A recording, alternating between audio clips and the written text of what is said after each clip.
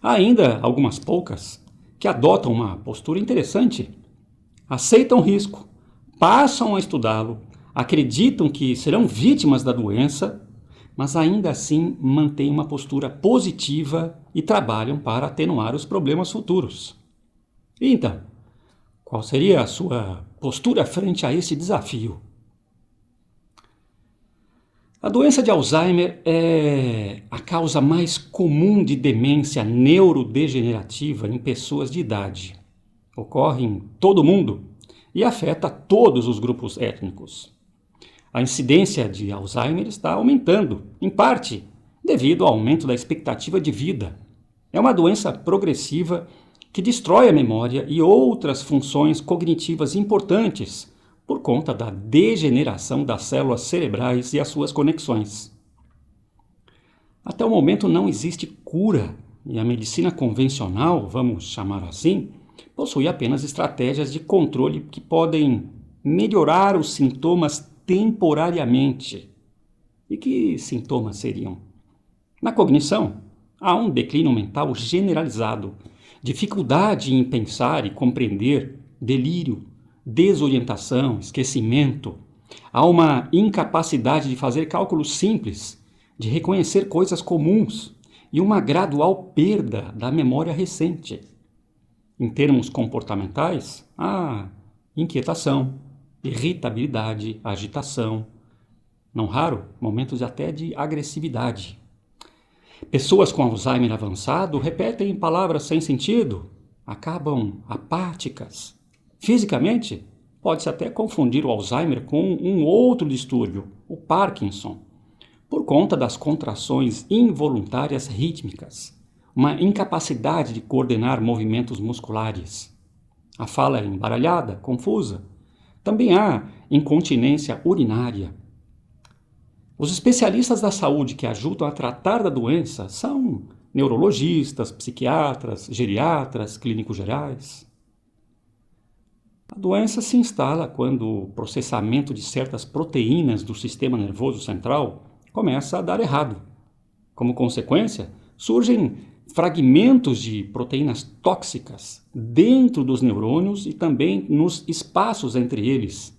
Elas são chamadas beta-amiloides. Como resultado dessa toxicidade, ocorre perda progressiva de neurônios em certas regiões do cérebro importantes, como o hipocampo, que controla a memória, o córtex cerebral, essencial para a linguagem, o raciocínio, memória, reconhecimento de estímulos sensoriais e também pensamento abstrato. A doença também se desenvolve de forma lenta. A partir do diagnóstico, a sobrevida média oscila entre 8 e 10 anos. O quadro clínico costuma ser dividido em 4 estágios. A forma inicial ocorrem alterações na memória, na personalidade, nas habilidades visuais e espaciais. No estágio 2, moderado, dificuldade para falar, realizar tarefas simples e coordenar movimentos. A pessoa fica agitada e manifesta insônia. No estágio 3 é grave. Não há como realizar as tarefas simples diárias.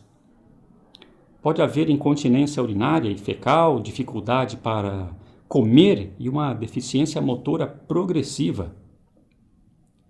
O estágio 4 é grave, ele é terminal. O doente fica restrito ao seu leito, à sua cama, também fica mudo, tem dor ao engolir, portanto ele passa a não mais se alimentar e acaba sofrendo com diversas infecções, principalmente a urinária, que pode gerar a falência dos rins e dos demais órgãos em um efeito cascata. Nesse estágio, a sua imunidade está muito baixa. Do ponto de vista fisiológico, o cérebro pesa cerca de 2%. E um indivíduo de 70 quilos, mais ou menos 1,4 kg. E ele consome 20% de todo o oxigênio que é inalado. Entre 50 e 85 anos, o peso do cérebro é mantido com uma certa regularidade. Mas em um doente de Alzheimer, na sua forma mais aguda, radical, ele pode chegar à metade desse peso, passando a ser incompatível com a vida. Este é o Alzheimer atrófico. Em média, para compararmos, uma pessoa pode perder até 12% do seu peso, do peso do seu cérebro até os 90 anos de idade. E este é um fenômeno natural, ele ocorre por um déficit do número de mitocôndrias nas células neurais. Assim, os neurônios e as células da glia, eles acabam encurtando. Há também o Alzheimer inflamatório, consequência de uma situação muitas vezes subclínica, quer dizer, que não produz manifestações detectáveis através de exames clínicos e laboratoriais. Neste caso, o corpo mantém um estado inflamatório permanente causado por um estilo de vida, alimentação, hábitos, costumes incompatível com a nossa fisiologia. Por exemplo, a falta da prática da atividade física, a alimentação com baixos níveis de micronutrientes, um elevado consumo de açúcar e também outros produtos refinados, e mesmo falta de sono adequado. Por último, eu ressalto aqui o Alzheimer tóxico. Ele advém do consumo ou exposição a produtos com elevados níveis de venenos ou substâncias que podem causar danos à nossa saúde, se ingeridas, inaladas ou em contato com a pele, mesmo que em pequenas quantidades, mas de forma regular. Por exemplo, os agrotóxicos nos produtos vegetais. Com o tempo, o acúmulo de tais substâncias em nosso organismo, principalmente no cérebro, promove a degeneração das células nervosas e acelera o processo degenerativo. Como foi descoberta essa doença, o Alzheimer?